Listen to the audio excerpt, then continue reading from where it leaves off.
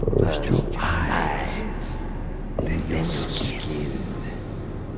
We will make you feel born again.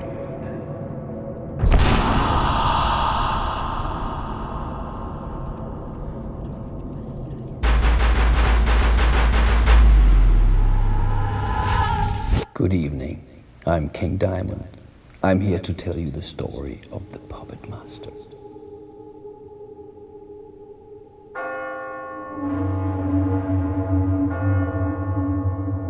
It takes you back to the 18th century in Budapest, Hungary.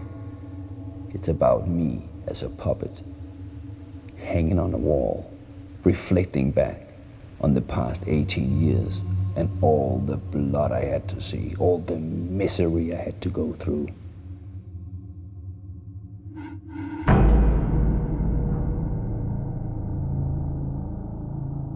We're in Budapest, in Hungary. It's the 18th century. I'm gonna tell you what it was like for me when I first time saw this absolutely fantastic puppet show with these puppets that are almost human size. It's Christmas, snowy, it's cold outside. There are lines and lines of people outside waiting to get in. This show has been sold out for so long. The people are waiting to get into the theater. I'm there in line, and it's dark and cold, perfect night for a Christmas show. When I finally get in there, sit among the people, there is this strange, tense feeling as we are waiting, anticipating the curtain to fall. We've heard so much about these puppets on stage that it's magical. You can't believe what you're seeing. And suddenly it's like, whoa, shh, here come the puppets, you know. And I start looking over in the wing, and I notice, wait a minute, I think I see a few shadows over there. Maybe there's some of the puppets sitting over there, waiting to walk in. And then I see the puppet master come up the stairs, and there is like this walkway high above, almost up by the ceiling. And there he operates all these strings and stuff. And he actually leads a couple of puppets in on stage, like, wow, there they are, one, there's two, three puppets coming in line. And halfway through the show, this really strange thing happens. The puppets are moving and doing things, and they look so lifelike. The skin, you know, is like, it looks like human skin. And suddenly the puppet master, he drops all the strings. They land on the floor, and the puppets that was like standing there with these strings, now they're on the floor. They just stand like this still. Nothing happens to them. And then they start to move. The little drummer boy is one of the puppets up there, and I'm looking at him, I'm like, oh my, no way. It's almost like his eyes are looking straight at mine. Can't be real. And then I suddenly see that on the skin of his hands, there's a little cut. And I see blood from this cut. And that can't be real. That can't be. This is too weird. And then he starts playing his drum. And it scares me because this is too much magic. And I do believe in magic. The other people in here don't quite believe that this could be magic. And then at the end of the show, we hear about the puppet master coming down from his walkway, taking the bow with what he calls his children, all these almost life-size puppets. And we move into the next song, which is Magic.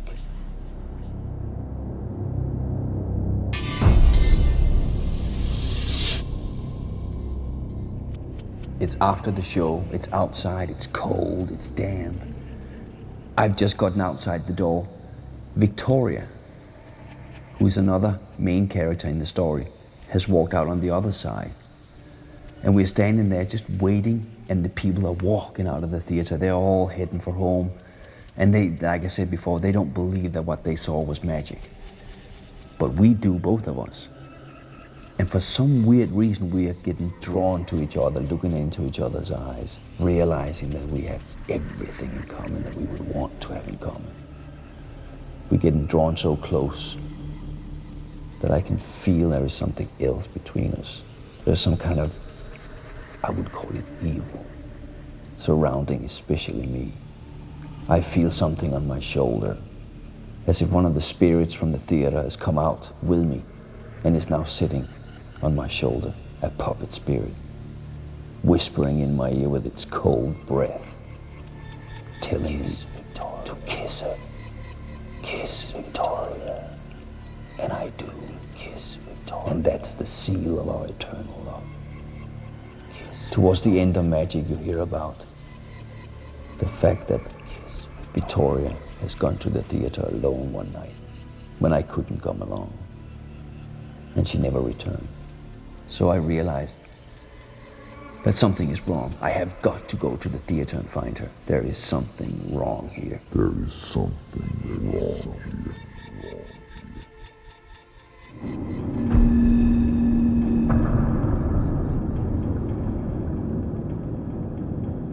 I'm in this backyard.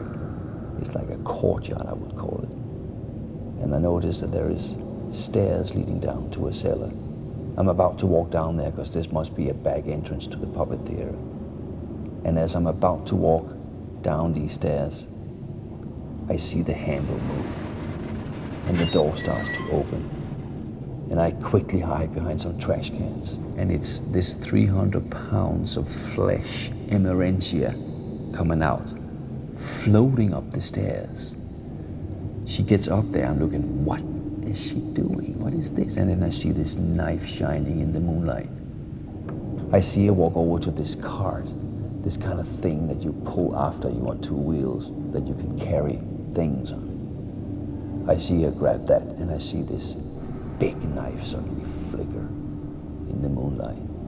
And I'm wondering, where is she going with that knife? She walks out through the gates and I follow her. Without her seeing me, I follow her through these narrow streets of Budapest. It's cold, it's damp, and I keep following her, hiding in the shadows. Then she suddenly turns down an alleyway, and I see there's someone lying on the ground. It must be a homeless. Then I see the knife come up high. The moonlight just flickers, and the knife comes down so hard it goes all the way into his chest. That's where she leaves the knife, so as little blood as possible can escape his body, because she will need it later. I'm looking and I'm surprised that blood is not red, not in the dark. The dark of night, blood is black. Dark of night, blood is black. Then she wraps him in a sack and puts him on this cart. She's got to get out of there before she gets caught. So she rushes back to the old theater. And there in the backyard, I follow her all the way, and I see her take this body off the cart, down into the dark and into the cellar. And she leaves the door open. It's ajar, and I wonder why. I follow her inside and I walk on after her in these narrow hallways. Every time she turns a corner, I sneak up fast and I see where she goes. Suddenly, after one corner, she's gone. I can't see her. But I do see a light from a room up ahead. When I peek into this lit room, it's gloomy. And it's a horror show that I see. Nothing but horror. And then I feel the blow. I'm knocked out.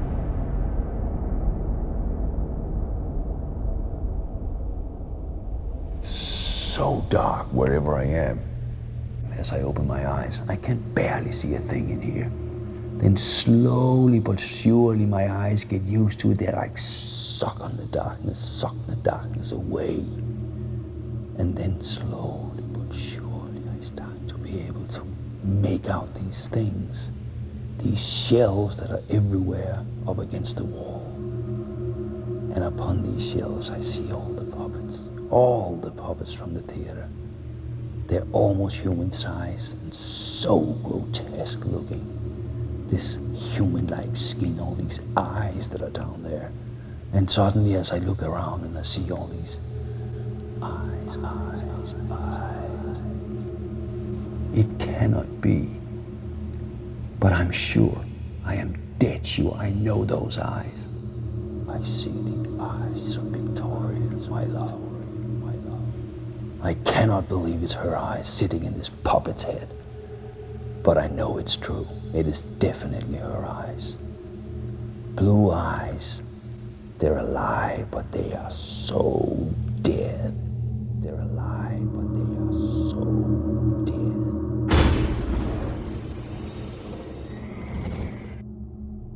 The puppet master and his wife appear in the cellar for the first time. I see them there. I'm tied to this wall still, and the puppet master comes in. And I notice that there is an altar in here. It must be an altar, full of ancient books, black candles, everything you need for a ritual. The puppet master actually starts performing this ritual. I suddenly hear his voice speaking these ancient tongues. I can't understand any of it, but I start feeling so strange inside. It's almost as if somebody's taking my mind out of my body, just out of my head, just pulling it out. And I start getting panic. I just feel panic all over. And I kick one of these giant shelves full of these little jars with black liquid in them. Actually, it's blood. One of them falls all the way to the floor and smashes on the floor. It's just red over. The puppet master turns around from the altar and looks straight at me. And he says, "How dare you disturb my work?" And he did something he shouldn't have done. He interrupted his own ritual. And what happened from him not citing the ritual the proper way is that he gave my eyes eternal life. What he's doing in this ritual, apart from this, is he's trading souls with the demon that suddenly shows itself up in the symbol upon the wall. This demon he has dealt with many, many times. He knows this demon as well as hell. He knows everything. The demon will give him a certain kind of soul in return, a magical soul. A soul that can keep human flesh alive. Eyes, ears, hands, everything it can keep alive. And that's how they use the puppets in the theater. That's why they look so alive. At the end of the ritual, I feel so exhausted, as if almost everything has been taken out of my body. And I slowly faint away.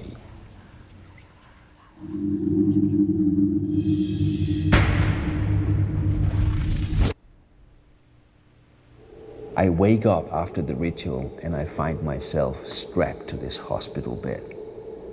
I see the puppet master and his wife standing there, and they say to me, "First your eyes, then your skin.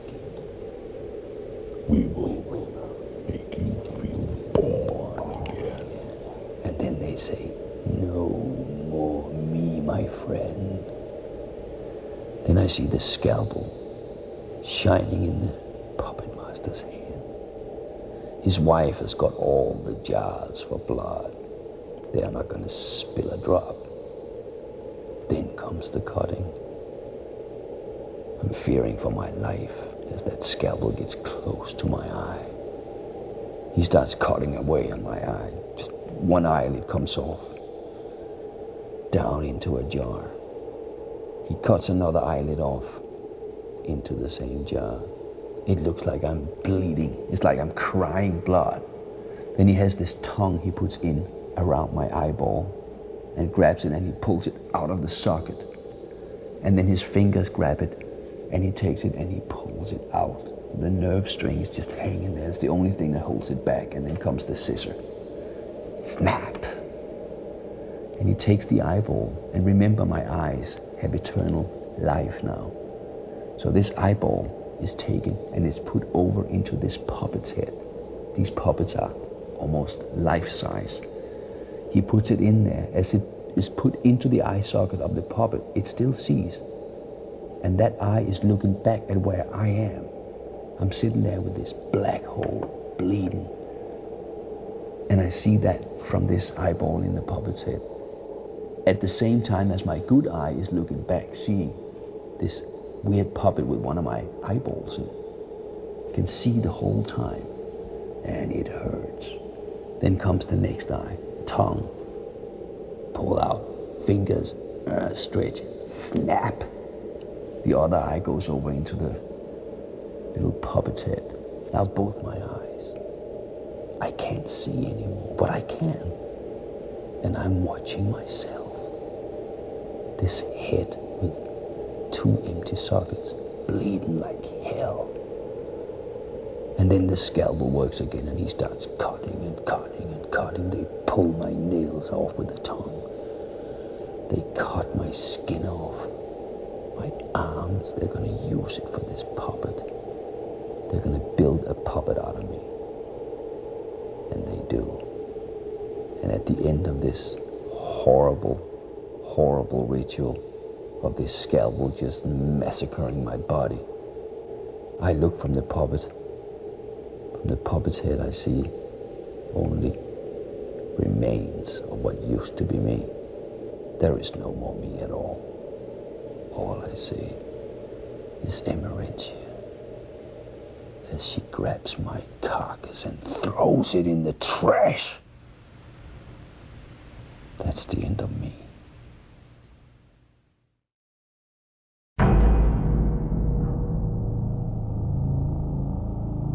In Blood to Walk, they have made a puppet out of me. I'm actually sitting on my shelf.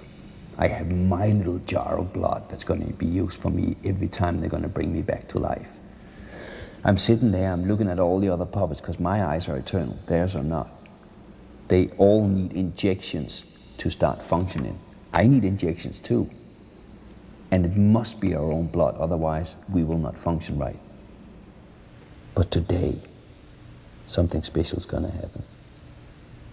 As the puppet master and his wife comes down to us and says, Hello, my children. My children. In blood I'll teach you today. They take Victoria down from her shelf and me from mine, and they set us on the floor, facing each other, looking at each other. Well, she doesn't see much because her eyes are so dead, but I see her. And then I feel the needle go in, Emerentia injecting my own blood, because it has to be my own blood.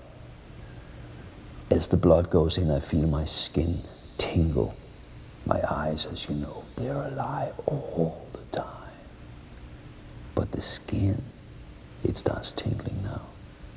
And I feel like I can stretch it a little bit. I can actually move very little, but I can. And then I see the same thing happening to Victoria. I see her eyes slowly come alive. For the first time in a while, we're actually looking at each other's eyes, and we recognize each other's eyes. We know what have happened to each other.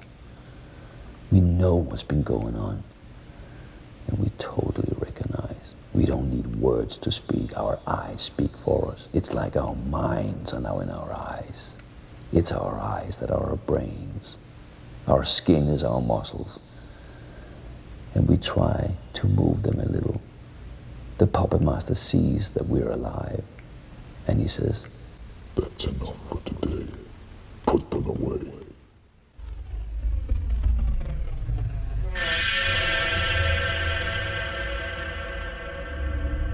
At that point, we have now trained for many, many days. What we're actually doing is we get the shot, we can move a little bit, we learn how to stretch our skin, that our skin become muscles, you know, so that we can actually do these strange little movements, you know. We can actually take little steps and walk. Victoria and I, we are sitting on our shelves on opposite walls, spending whatever is left of this hour that the blood works every day.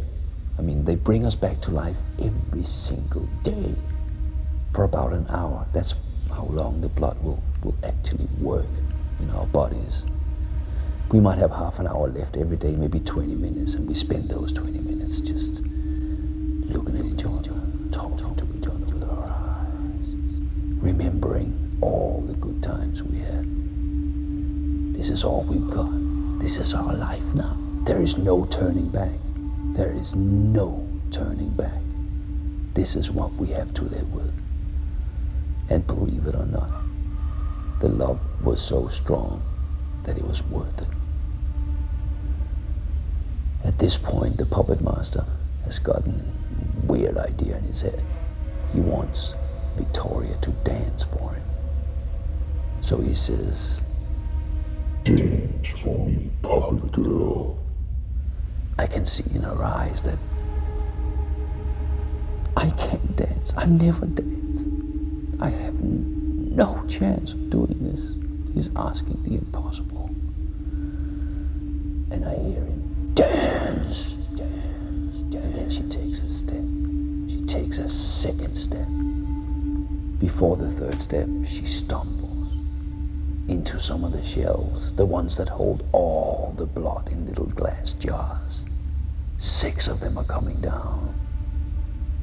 They smash all over the floor. There is just blood and puppet life all over the floor. The puppet master explodes in rage and says to Emerentia, his big, big wife, Send her away from here.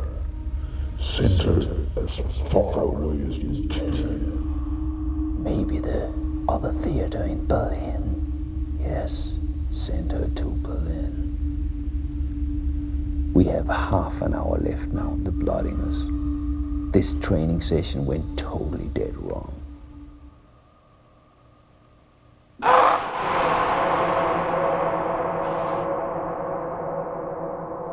We're sitting there in the darkness, knowing deep, deep inside that this could be the end. They're gonna send her away tomorrow morning. She has half an hour left of seeing. I have much, much more because my eyes are eternal, as you know. And as we sit there, Victoria asks me with her eyes, please, actually she's pleading to me, please tell me this is not goodbye. And I tell her, do you remember the butterfly? And she says, it made me cry. I know, I say. But remember, we dried its wings so it could fly again. But deep inside, I know, this is not the way it should be. This is close, close, close to the end.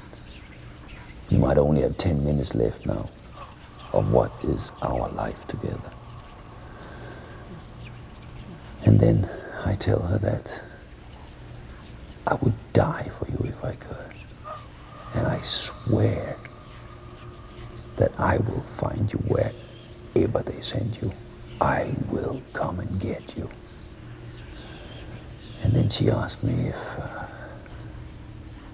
what if I can't survive without you by my side? I say, then wait for me, wait. Wait on the other side, because I'll be there. Then Victoria says, I can barely see you anymore. And I say, don't forget the butterfly. It didn't die. And she says, I love you. And I say, I love you too. Then you hear Victoria's voice say, I can't see you anymore. And I know this is it. It's over. Never again. It's over. So I whisper goodbye, my love. And that's the last little drop of blood left in her skin that now went away. She will never see me again. I can still see her. I see her the next morning as they come down and pull her off the shelf and they shove her into this big, big box. This big thing painted on it saying Berlin. I see them carry that box away and I can do nothing. But I swore that I would find her. I'm going to do my damnedest to get that done.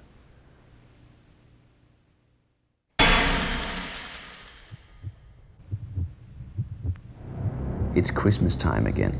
It's 1 year from I saw that Christmas show. I'm trying to make plans for how can I get sold, how can I get to that theater in Old Berlin. There must be a way I can do this.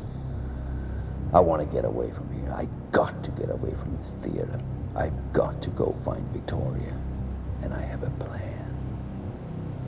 I'm gonna screw up the biggest show of the year. I'm gonna screw up the Christmas show. The puppet master has turned me into the little drummer boy for this year's Christmas show, and he's gonna regret it. What I'm gonna do when I get on stage and you hear that, the audience clapping, blah, blah, and I get on stage and I start playing my silly little drum, I make myself fall right on my face. The drum splinters in 1,000 pieces on the floor. It's all over the stage. And I can't help myself from laughing, knowing that the puppet master is gonna explode in a rage. And he does. And sure enough, I get sold.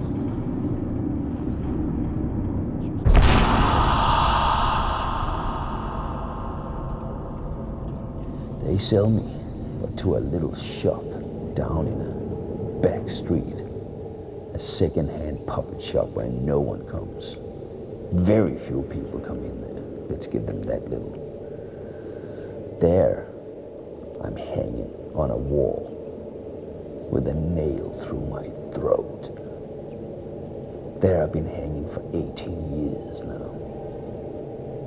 Looking, and looking. That's all I can do. Just hanging there, living, dead, looking. I see all these little kids come in, wanting puppets. They look. No, that's scary. I don't like that puppet. It looks sick. That's what they say about me. I look sick. You know I don't look sick. I look just like you. But these kids, my eyes, they watch them. They watch them as they walk around. As I realize I will never be sold again. It's over. I am on this wall forever, living dead. And during the last little nice outro written by Andy, you get the feeling of where me and Victoria are. Very far from each other, never to meet again. Ever, never, ever. It's over. But I must tell you before I finish about what great success the puppet master and his wife had with their theater. They became more popular than ever. They even had children themselves. A son and a daughter. And the rumor is that they're gonna open a new theater in London town for kids. Think about that. The puppet master and his wife's sick children are gonna open a theater for kids. What kind of puppets do you think they're gonna have? I say no more. I say good night and sleep tight.